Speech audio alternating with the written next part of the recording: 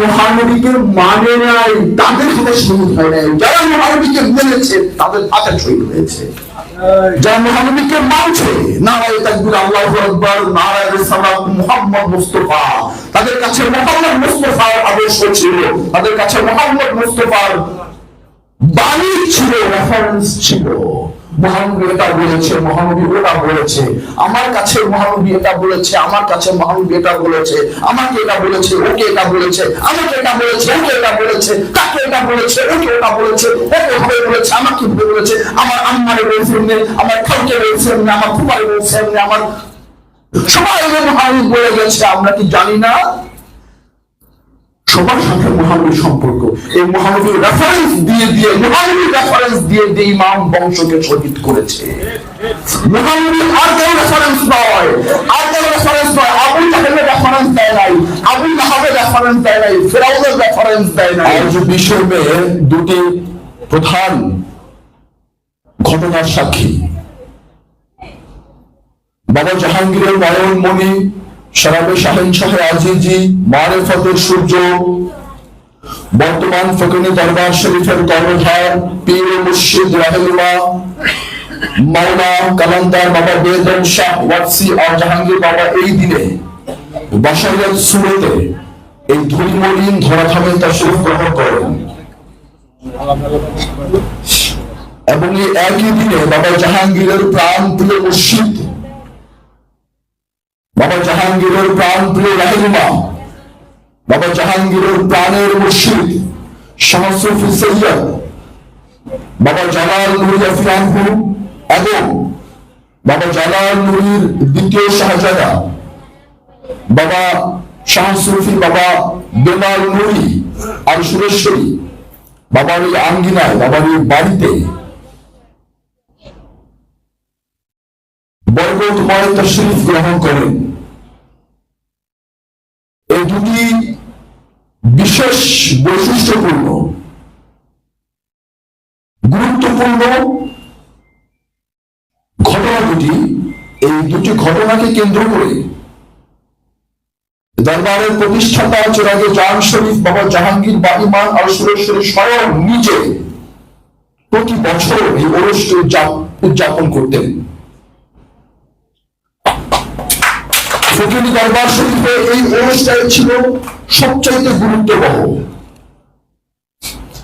এটা বাবা জাহাঙ্গীর নিজে করেছেন। আমি মোহাম্মদ মুস্তাফা সাল্লাল্লাহু আলাইহি সাল্লামকে পাই নাই।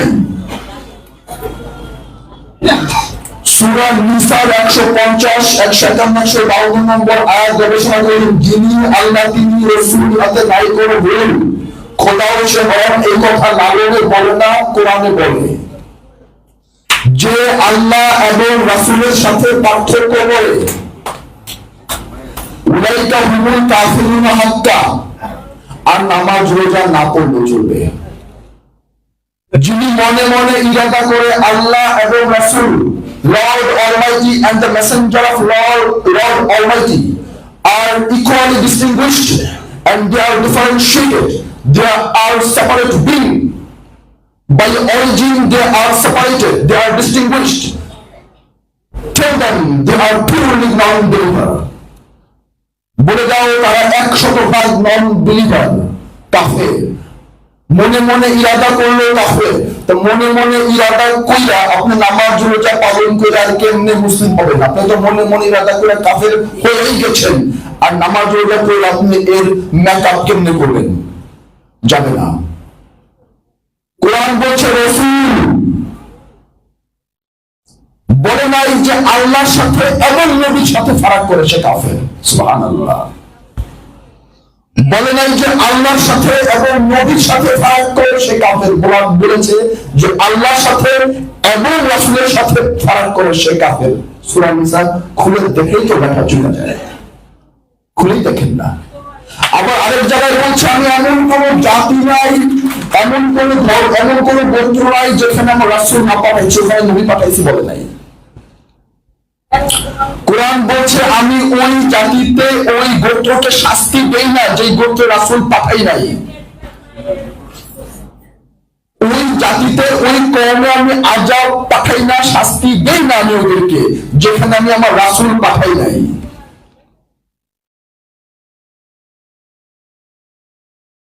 এত বড় বাঙালি জাতি, এত বড় বাংলা ভাষাভাষীর একটা সমাজ, আমরা পৃথিবীতে সম্ভবত চতুর্থ অথবা পঞ্চম, আমার ভুল হলে হয়তো আপনারা ক্ষমা করবেন, সর্ববৃহৎ ভাষাভাষীর মানুষজন এই বাংলা ভাষা। এত বড় ভাষায় আপনি একজন মহাপুরুষ পাঠাইবেন না, আপনি আরবিতে পাঠাইলেন, হিব্রুতে পাঠাইলেন, কিন্তু বাংলা ভাষায় একজন রাসূল পাঠাইলেন না। যদি বাংলা ভাষায় একজন রাসূল না পাঠান, তাহলে সূরা ইব্রাহিমের 4 নম্বর আয়াত মিথ্যা হয়ে যায়। যদি আমি আমার গোত্রে এই রাসূল না পাই, মহাপুরুষ না পাই, তাহলে আপনার কোরআনে রাসূল সম্পর্কে যত আয়াত আছে সব মিথ্যা হয়ে যায়। তাহলে আমার রাসূল হচ্ছে আমার মুর্শিদ। সেই হেতু in this consequence তার appearance day, তার শুভ আবির্ভাব দিবস আমার জন্য কল্যাণকর। আমার জন্য এই কারণেই কল্যাণকর, কারণ তিনি এসেছেন তার নিজের জন্য নয়, আমার জন্য। তিনি এসেছেন ভক্তকে তরাইবার জন্য, কারণ তিনি জানেন ভক্ত নিজে নিজে তরাইতে পারবে না। ভক্তের সেই সামর্থ্য নেই। সৃষ্টি বিকলাঙ্গ, সৃষ্টি পঙ্গু, সৃষ্টি বন্ধা, সে জন্ম দিতে পারে না। সে পঙ্গু, বন্ধা, বধির, কালা, মুখ, সেটা সমস্ত শক্তি অপচয় করে পণ্ডিত্য পালন করে বসে আছেন। এরকম পঙ্গু, বোবা, বধির, শক্তিহীন, নিচু দৃষ্টিভঙ্গির মানুষগুলোকে তড়ানোর জন্য আমাকে আসতেই হবে। এই উদ্দেশ্যকে আঞ্জাম দেওয়ার জন্য জগতে এসেছেন ভগবান শ্রীকৃষ্ণ। এই উদ্দেশ্যকে আঞ্জাম দেওয়ার জন্য জগতে এসেছেন ভগবান গৌতম বুদ্ধ। এই একই উদ্দেশ্যকে আঞ্জাম দেওয়ার জন্য জগতে এসেছেন মহামানব Jesus Christ, Lord Jesus Christ himself. To fulfill the same aim and the same vision, Lord Muhammad himself appeared in this earth. তিনি নিজেও, লর্ড মোহাম্মদ মুস্তাফা, তিনি নিজেও এই জগৎ আবির্ভূত হয়েছেন। এই একই উদ্দেশ্যকে আঞ্জাম দেওয়ার জন্য হাজির হয়েছেন খাজা গরিব নওয়াজ। এই একই উদ্দেশ্যকে আঞ্জাম দেওয়ার জন্য আবির্ভূত হয়েছেন বড়পীর গৌসুল আজম গাউসে পাক। এই একই উদ্দেশ্যকে আঞ্জাম দেওয়ার জন্য এসেছেন জগতের সমস্ত ওলি, আব্দাল, গাউস, কুতুব, নবী, রাসূল, সাধু, সন্ত, বৈষ্ণব, যোগী, মুনি, ঋষি, সেন্ট, জিনোসোফিস্ট। এই একই উদ্দেশ্যকে আঞ্জাম দেওয়ার জন্য এই ঢাকা জেলার দক্ষিণ কেরানীগঞ্জ উপজেলার চুরপুরিয়া চৌধুরীপাড়া নামক গ্রামে আবির্ভূত হয়েছেন সর্বযুগের সর্ববৃহৎ কোরআনী গবেষক, ইসলাম গবেষক, দার্শনিক, শত শত কোটি কোটি জনগণকে ধরে যারা সাধুরা এবং ফেরস্ত হয়ে মুক্তি পায় নাই, মুক্তির জন্য কাঁদছে শত শত সাধু, তাদেরকে তরাইবার জন্য আসছেন এই জগতে মাওলানা আলা কালান্দার বাবা জাহাঙ্গীর বা ইমান আল শরীফ রহমাতুল লিল আলামিন। আর এই বাবা জাহাঙ্গীর বা ইমান আল শরীফ যার প্রেমে ফিদা, যার প্রেমে নাস্তানা, যার কাছে নিজেকে প্রদান করেছেন, যার অন্তরে নিজে সমাসীন হয়েছেন, সেই প্রিয় মাওলানা আলা কালান্দার বাবা বেজম শাহ হফিজ জাহাঙ্গীর বাবা আজকের দিন আবির্ভূত হয়েছে। কি করে লিখবেন? ঈদ মুবারক, ঈদ মুবারক, ঈদ মুবারক। সকলকে জানাই ঈদ মুবারক, ঈদ মুবারক, ঈদ মুবারক। ভক্তের জন্য ঈদ মুবারক, ভক্তের জন্য ঈদ মুবারক। I repeat,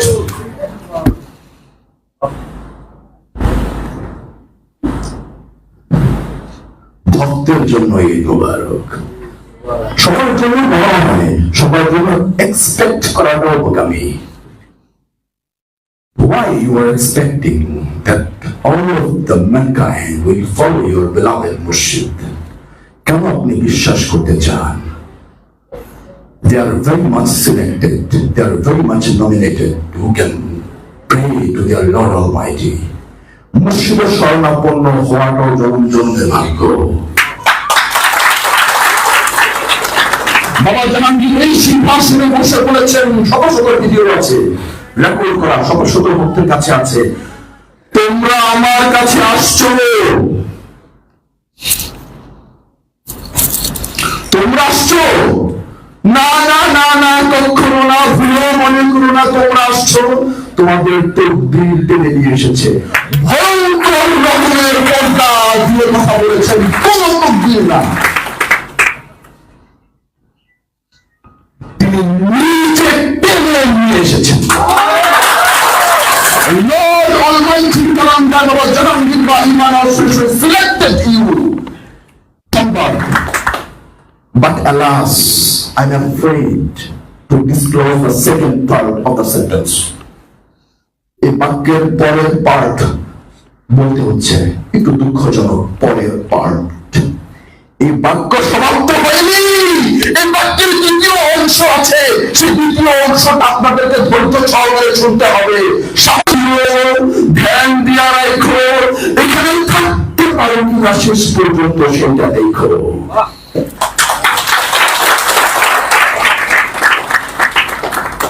The second part is very much frightening, ferocious, very much pathetic. ভাগ্য এখানে দাঁড়িয়ে থাকে, এই তকদীর, এই ভাগ্য যে কি আজব জিনিস, আজবের রং রূপ বৈচিত্র্য, এর কিছুই বুঝতে পারলাম না, অনুমান করতে পারলাম না, অনুধাবন করতে পারলাম না। এই সেই তকদীর, এই সেই ফেট, যেই তকদীরের ধাক্কায় হযরত বিলাল মহানবীর প্রেমিক হয়, এই সেই তকদীর, যেই তকদীরের ফেরে পড়া আপন চাচা কাফের হয়।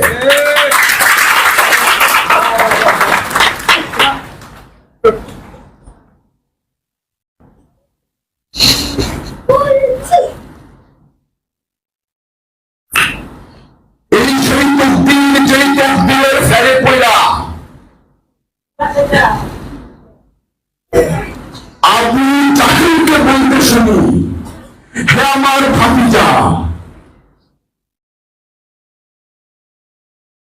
মুহাম্মদ বলতেন না, তুমি বলো আমি কি সেই লোকের ভিতরে পড়ে গিয়েছি যে লোক সম্পর্কে তোমার খোদা বলছে তুমি তাকে যতই কোথাও সে তোমার দলে আসবে না? আমি কি সেই দলে পড়ে গেলাম? আমি তার অন্তর মোহর করে দিয়েছি, সিলগালা করে দিয়েছি, তুমি যাকে যতই কোথাও যতই বলো সে আমার তোমার কাছে আসবে না। হে ভাতিজা, আমি কি সেই দলে পড়ে গেলাম? কারণ আমি তো তোমাকে জীবনেও মানব না। মুহাম্মদ নিশ্চুপ হইলেন। এই সেই দুর্গম গিরি তকদীর, যে তকদীর নামক জগদ্দল পাথরটাকে স্বয়ং মুর্শিদ ভেঙ্গে চূর্ণ বিচূর্ণ করে দেয়। আপনার আমার তকদীরের বলয় ভেঙ্গে খানখান করে দিয়ে আপনাকে মুক্তি রাজ্যে, প্রেমের রাজ্যে পৌঁছে যান কি আপনার নিজে? অসম্ভব। পৃথিবীতে যত অসম্ভব বিষয় আছে, টপ ক্লাস যেটা একেবারে শীর্ষে অবস্থান করে, যে রূঢ় সত্য, যে কঠিন সত্য, ধ্রুব সত্য, আর সেই ধ্রুব সত্যটি হচ্ছে আমার তকদীরে মুর্শিদ লেখা নাই, আমার তকদীরে মুক্তি নাই, আমার তকদীরে প্রেম নাই, আমার তকদীরে গোলামি নাই, আমার তকদীরে আত্মসমর্পণ নাই, আমার তকদীরে বর্ষবা নাই, আমার তকদীরে মুসলমানিত্ব হওয়ার যে টেন্ডেন্সি আকাঙ্ক্ষা নাই। এই তকদীর আমার তকদীরে লেখা আছে তুই আমার কাছে আসবি না, আমার তকদীরে লেখা আছে আমি তাকে পাবো না। এই তকদীরকে মুর্শিদ খণ্ডে দিয়ে তার কাছে নিয়ে আসে।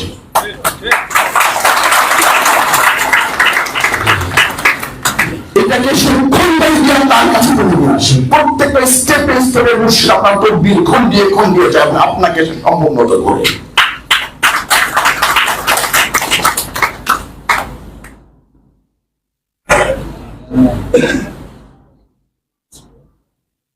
মহানবী মুস্তাফা সাল্লাল্লাহু আলাইহি সাল্লামের যে রোল ছিল, যে ভূমিকা ছিল, আপনারা কি জানেন মাওলা আলীর সেই ভূমিকা ছিল না? আপনারা কি জানেন ইমাম হাসান আলামপনা আলাইহিস সালাতু ওয়াস সালাম এবং ইমাম হুসাইন আলামপনা আলাইহিস সালাতু ওয়াস সালামের ভিতর এই শিক্ষা দীক্ষার স্টাইল এবং প্যাটার্ন এক ছিল না? আপনারা কি জানেন মহানবী মুহাম্মদ মুস্তাফা সাল্লাল্লাহু আলাইহি সাল্লাম কখনোই তার জীবদ্দশায় অভিনয় শিল্পী, মুখোশধারী, স্বার্থপর, লাবচট্টা এদের বিরুদ্ধে যুদ্ধ করেন নাই, যুদ্ধ প্রতিহত করেন নাই।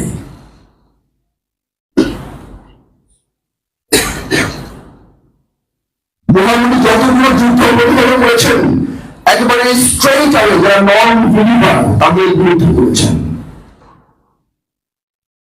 যারা তাকে স্ট্রেট ফরওয়ার্ড বলেছে আমি তোমাকে মানি না,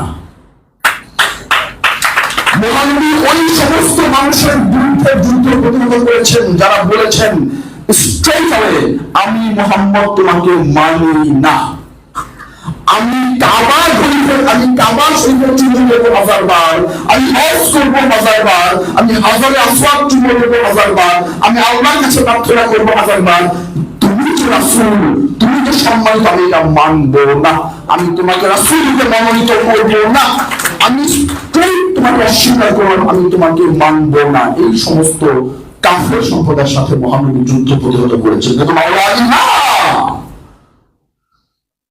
মাওলা আলী তাদের সাথে যুদ্ধ প্রতিহত করেছেন যারা মহানবীর হাতে বায়াত ছিল।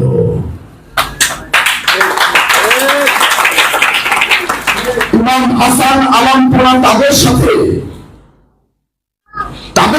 সত্য গ্রহণ, তাদের বায়াত গ্রহণ করেন নাই, মিথ্যার সাথে আপোষ করে নাই।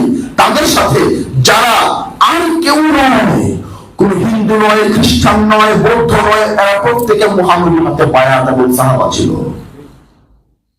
মা ফাতেমাও তাই, ইমাম হাসান বাবাও তাই, ইমাম হোসেন বাবাও তাই। এমনকি প্রত্যেকটা নূরের ইমাম বংশের প্রত্যেকজন, ইমাম জয়নুল আবেদিন থেকে শুরু করে ইমাম আলী আকবর, ইমাম আলী আকবর, ইমাম কাসিম, ইমাম বাকির, ইমাম জাফর সাদেক, ইমাম মুসা কাজেম, ইমাম আলী রেজা, ইমাম আলী তাকি, ইমাম আলী নাকি, ইমাম হাসান আশকারী সহ প্রত্যেকটা ইমাম বংশের প্রত্যেকটা সদস্য যারা মহানবীকে মানে নাই তাদের হাতে শহীদ হয় নাই, যারা মহানবীকে মেনেছে তাদের হাতে শহীদ হয়েছে। যারা মহানবীকে মানছে, নারায়ে তাকবীর, আল্লাহু আকবার, নারায়ে রিসালাত, মুহাম্মদ মুস্তাফা, তাদের কাছে মুহাম্মদ মুস্তাফার আদর্শ ছিল, তাদের কাছে মুহাম্মদ মুস্তাফার বাণী ছিল, রেফারেন্স ছিল। মহানবী এটা বলেছে, মহানবী ওটা বলেছে, আমার কাছে মহানবী এটা বলেছে, আমার কাছে মহানবী এটা বলেছে, আমাকে এটা বলেছে, ওকে এটা বলেছে, আমাকে এটা বলেছে, ওকে এটা বলেছে, তাকে এটা বলেছে, ওকে ওটা বলেছে, ওকে ভাবে বলেছে, আমাকে ভাবে বলেছে, আমার আম্মারে বলছেন না, আমার খালকে বলছেন না, আমার ফুফারে বলছেন না, আমার জ্যাঠারে বলছেন না, আমার বোনে বলছে, আমার খালারে বলছে, মাইয়ারে বলছে, মাইয়ার জামাই বলছে, সবাই মহানবী বলে গেছে। আমরা কি জানি না? সবার সাথে মহানবীর সম্পর্ক, এই মহানবীর রেফারেন্স দিয়ে ইমাম বংশকে শহীদ করেছে। মহানবী আর কেউ রেফারেন্স নয়, আবু জাহেলের রেফারেন্স দেয় নাই, আবু লাহাবের রেফারেন্স দেয় নাই, ফিরাউনের রেফারেন্স দেয় নাই। মহানবী রেফারেন্স দিয়ে ইমাম হুসাইনকে শহীদ করেছে। মহানবী রেফারেন্স দিয়ে হাসান আলামপনাকে বিষ খাওয়াইছে। মহানবী রেফারেন্স দিয়ে মাওলা আলীর বুকের উপর, মাথার উপর, কি ঘাড়ের উপর অস্ত্র ধারণ করেছে।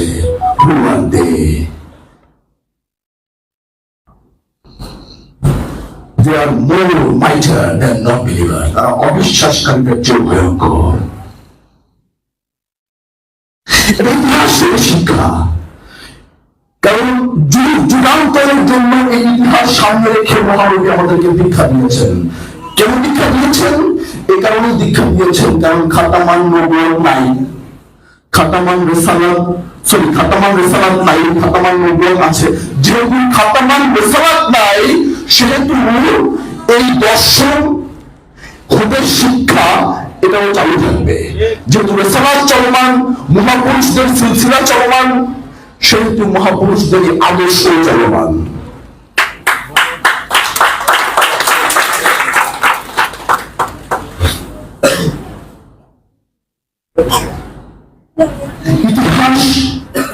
ইতিহাসের কোন গুরুত্ব নেই, শুধুমাত্র একটা গুরুত্ব ছাড়া। ইতিহাসের একটাই গুরুত্ব, আর ইতিহাসের গুরুত্ব এখানেই, আর সেটা হচ্ছে ইতিহাস থেকে, অতীতের ইতিহাস থেকে, অতীতের ভুল ত্রুটি থেকে বর্তমানে শিক্ষা নিতে হবে। এর জন্য ইতিহাস রচিত হয়, এর জন্য ইতিহাস এর নকশা নমুনা প্রণয়ন করা হয়।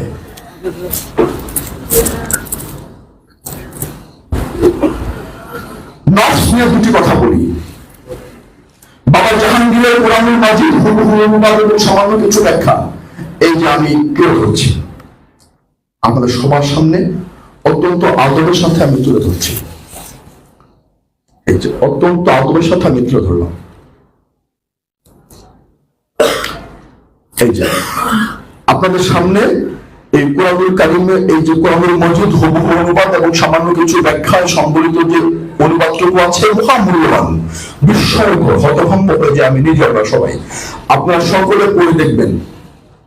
পড়ে দেখলে, গবেষণা করে দেখলে বুঝতে পারবেন।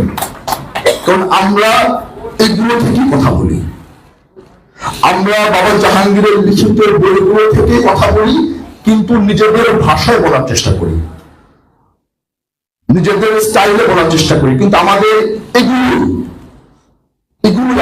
এগুলোই আমাদের বাবা জাহাঙ্গীর শিখিয়েছে, বাবা বেগম মরসি শিখাচ্ছেন। এবং বাবা বেগম মরসির সান্নিধ্যে থাকা যে কিছু যে উপলব্ধিগুলো হয়, যেগুলো বুঝতে পারি, তাদের শিক্ষা, তাদের দীক্ষা, তাদের সহবতে থেকে যে শিক্ষাগুলো পাই, যে দীক্ষাগুলো পাই, এগুলি নিজের মধ্যে আইনা গবেষণা করে সামান্য কিছু ভুল ত্রুটি সহ বলার চেষ্টা করি।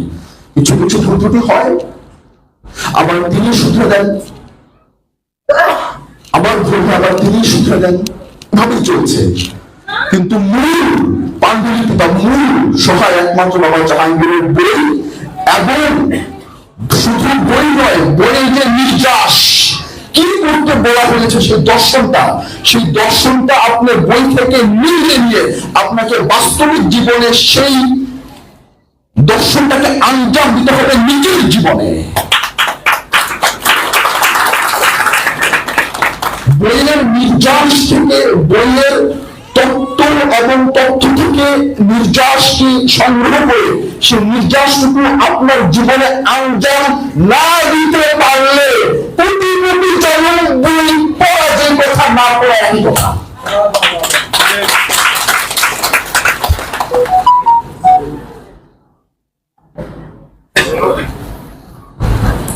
মহাপুরুষদের লেখনী, মহাপুরুষদের বক্তব্য এবং মহাপুরুষদের দীক্ষা আপনি নেবার জন্য ত্যাগ বরণ না করে নেন, কষ্ট বরণ না করে নেন, সাধনাকে বরণ করে না নেন, তাহলে সেই গবেষণা এর মুখে চুনকালি, সেই গবেষণার মুখে চুনকালি, সেই গবেষণা করার চেয়ে না করাই ভালো। তাই দুইটা ধাপ, একটা হচ্ছে গবেষণা, আর আর দ্বিতীয় ধাপ হচ্ছে সেই গবেষণা থেকে বের করে নিয়ে আসা নির্যাস আমার জীবনে ব্যবহারিক যে দিকগুলো আছে সেটাকে ব্যবহার করা। এই নির্যাস গুলোকে নিজের জীবনে বাস্তবিক পক্ষে সাজানো হচ্ছে সবচাইতে বড় কষ্টকর। একটা হচ্ছে আপনি সারা দিন রাত বাবা জাহাঙ্গীরের বই কেন, শুধু বাবা জাহাঙ্গীরের বই না, আপনি পৃথিবীর সমস্ত মনীষীর বই আপনি পড়তে থাকেন, গবেষণা করতে থাকেন, একটা কথা কি আপনারা জানেন? পৃথিবীতে কি স্কলার জন্ম হয় নাই? পৃথিবীতে কি স্কলার নাই? তারা কি বই পুস্তক পড়ুয়া স্কলার পৃথিবীতে কম আছেন? তারা শুধু পড়েছেন, গবেষণা করেছেন, সত্যকে ধামাচাপা দেওয়ার জন্য গবেষণা করেছেন, সত্য যাতে বেরিয়ে আসতে না পারে, প্রকাশ করতে না পারে, তার জন্য রাত দিন গবেষণা করেছেন। তারাও তো স্কলার, তারাও তো বক্তা, তারাও তো কথা বলেন, তারাও তো দীক্ষা দেন, তারাও শিক্ষা দেন। তো কি লাভ হলো তাদের গবেষণায়, যে গবেষণায় তাদেরকে শুদ্ধ করতে পারলো না, তাদের মননশীলতাকে পবিত্র করতে পারলো না, তাদের দৃষ্টিভঙ্গি সরল করতে পারলো না, তাদের বোধ গভীর করতে পারলো না, তাদের দৃষ্টিভঙ্গি গভীর করলো না, তারা বটবৃক্ষের মতো হলো না, তাদের গবেষণা তাদেরকে বটবৃক্ষের মতো করতে পারলো না। যে বটবৃক্ষের ছায়া পথিক ছায়া নেবে, যে বটবৃক্ষের ছায়া সাপ ছড়িয়ে দেবে, যে বটবৃক্ষে শত শত পক্ষী গান গাবে, যে বটবৃক্ষে কত মানুষের, কত জীব জন্তু পশু পাখির আশ্রয় হবে, সেই বটবৃক্ষের মতো গভীর করতে পারলো না আমার পড়াশোনা এবং আমার গবেষণা। জীবনটা তো হিমনি হয়ে গেলেন গবেষণা করা।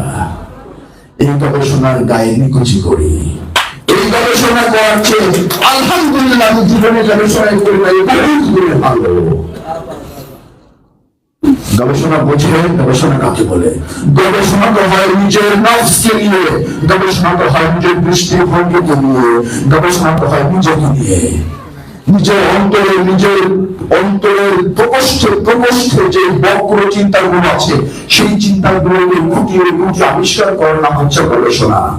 বাবা জাহাঙ্গীরের লিখিত বই হচ্ছে তার একটা অন্যতম উপায়, খুঁটিয়ে বের করার একটা উপায়। বই বলছে ধ্যান সাধনা করো, খুব ক্লিয়ারলি আপনারা শুনবেন। আমি নফস নিয়ে আলাপ করতে চাচ্ছিলাম কিন্তু পারলাম না, ওদিকে গেলাম না, সময় সংক্ষিপ্ত। বাবা জাহাঙ্গীরের বই বলছে ধ্যান সাধনা করো, আপনি করছেন না। বাবা জাহাঙ্গীরের বই বলছে উদার হও, আপনি উদার করছেন না। পয়েন্টটা বুঝলেন? বাংলা বোঝেন ভাইরা আমার, বাংলা বোঝেন? বাবা জাহাঙ্গীরের বই বলছে ধ্যান সাধনা করো, আপনি ধ্যান সাধনার ধারে কাজ দেখলেন না, কিন্তু আপনি গবেষক। মকারি, কি হাস্যস্কর! আপনি গবেষক, আপনি 20 বছর বই গবেষণা করেছেন, কিন্তু বাবা জাহাঙ্গীরের লিখিত বইয়ের একটা বাক্য মানেন নাই, আপনি গবেষক। মকারি, কি হাস্যকর!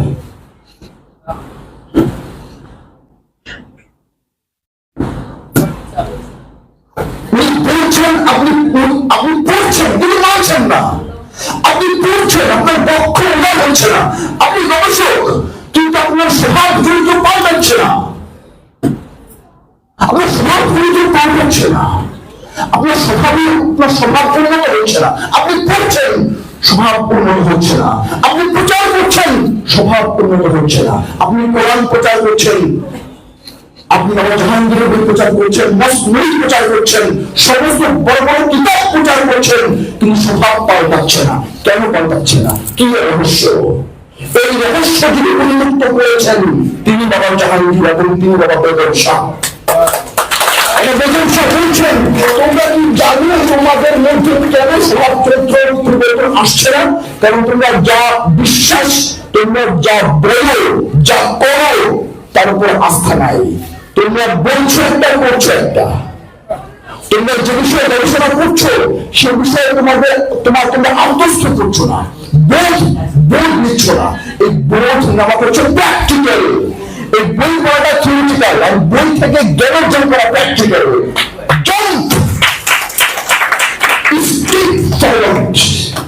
To take the essence of your practical result.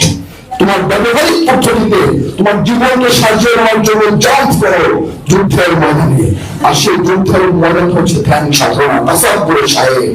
এই তাসাব্বুরে শায়েক করতে করতে পদে যখন বুঝতে পারবে হায় হায় হায় হায় যুদ্ধ তো নিজের মধ্যে পড়তে হয়।